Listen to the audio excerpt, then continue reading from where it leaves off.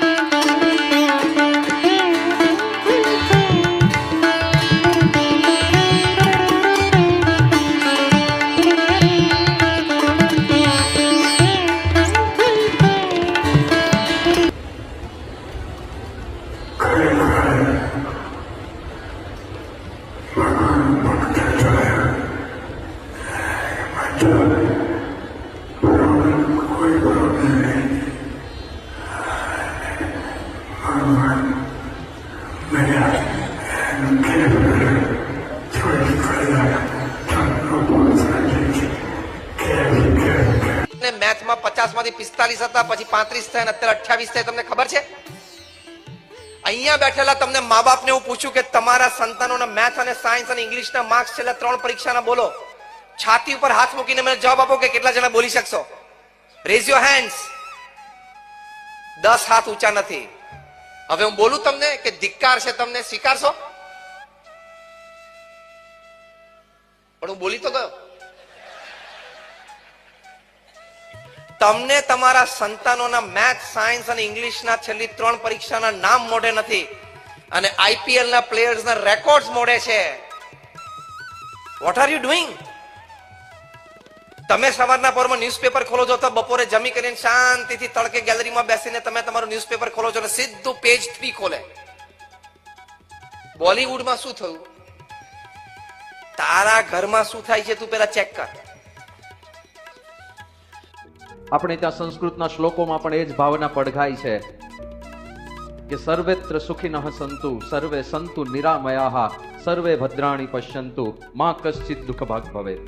બધા સુખી થાય, બધા નિરામય થઈ જાય, કોઈને કોઈ રોગ ના થાય, એ ભાવના રાખવી એ સારી વાત છે, સંતત્વ છે.